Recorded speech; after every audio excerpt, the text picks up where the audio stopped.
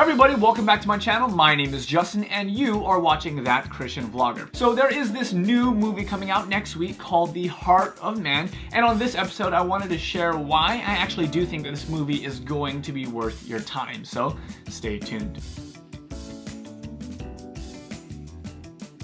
The Heart of Man, produced by Eric Esau, is screening nationwide on September 14, and thankfully, Emily and I were invited by one of the executive producers to actually get a first look into this movie and then ultimately to share our thoughts with you guys. So as kind of a disclaimer, this is not an ad, I wasn't paid to make this video, and all opinions are in fact my own. So to begin, what is this movie really about? Well, The Heart of Man is kind of a dramatized take on the story of the prodigal son. It's shot on Hawaii, and combining the story of the prodigal son, it actually tells true stories of several different people who are wrestling with shame and addictions and different types of sins in their life. And these sins are kind of heavy. They include things like pornography, homosexuality, and adultery. But more important than just talking about the sins, this movie talks about how God helped them actually overcome these different sins and restore their relationships in life. So clearly, before bringing your children to this movie, I would think about the audience that this was intended for. I don't think that this is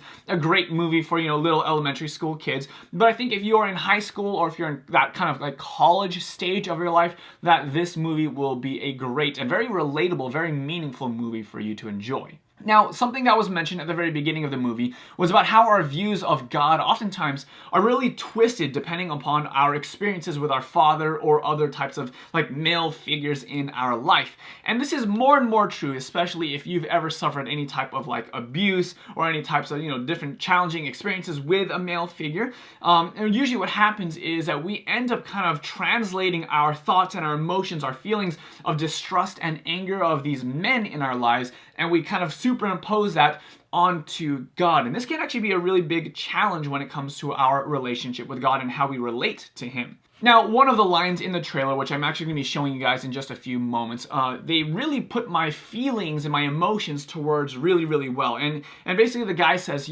I always felt that God was mildly disgusted with me.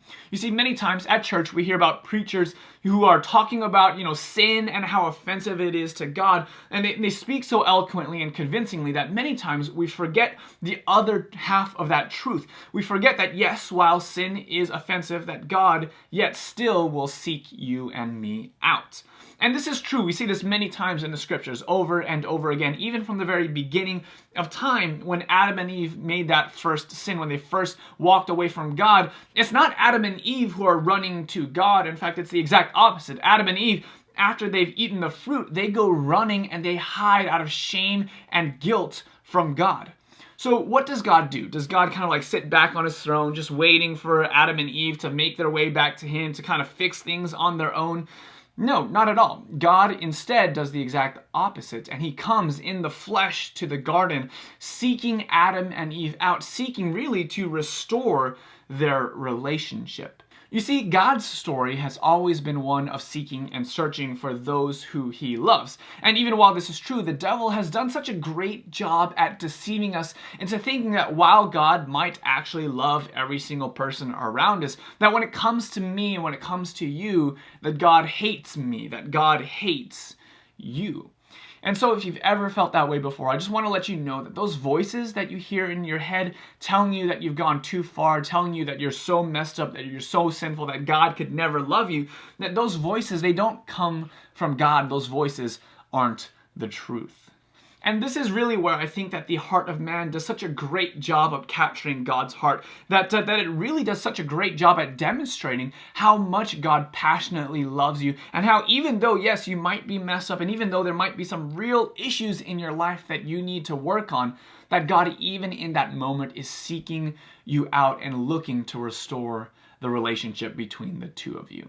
So without any further ado, I'm going to be sharing with you guys the trailer. I just wanted to say for a quick second that I really would encourage you guys to check out this movie. It is, I think, a very meaningful and impactful movie. It's something that after I watched with Emily, the two of us had a conversation about, and that, this conversation wasn't like a surface level thing. It was really meaningful and really powerful. And so I want to encourage you guys to watch this movie as well. So enjoy.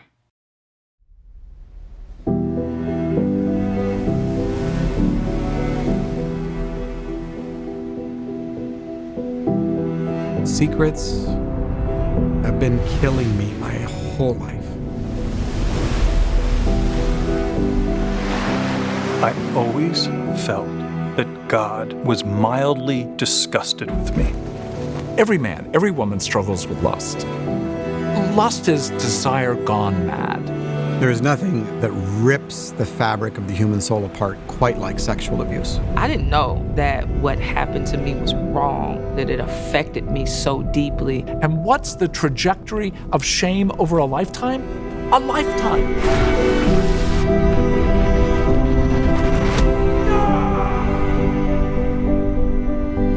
There was this unbelievable guilt and shame, and the antidote was for me to go out and have another affair. This became my place of escape, but now I was an adulterer. I had broken the vows that I had made to her and I'd made to God. You're bad, and when you're bad, God doesn't love you. He doesn't want to have anything to do with you. My pain, my unsettledness, and my woundedness had disqualified me from any kind of relationship with God. Because of our inability to live up to his expectations. It is not true. When I choose to run from him into the darkness, God is with me in my shame. One thing that would surprise us that God would say, I'm not ashamed of you. The one who knows us best loves us just as we are, and when we can really accept that, then it frees us to truly love one another. It wasn't about us fixing our marriage. It was knowing that Christ could make it new. That's how Christ is. We don't want him. He still pursues us. It took her and I 11 years to heal. It was all worth it. God, I am your beloved. This is who you say I am.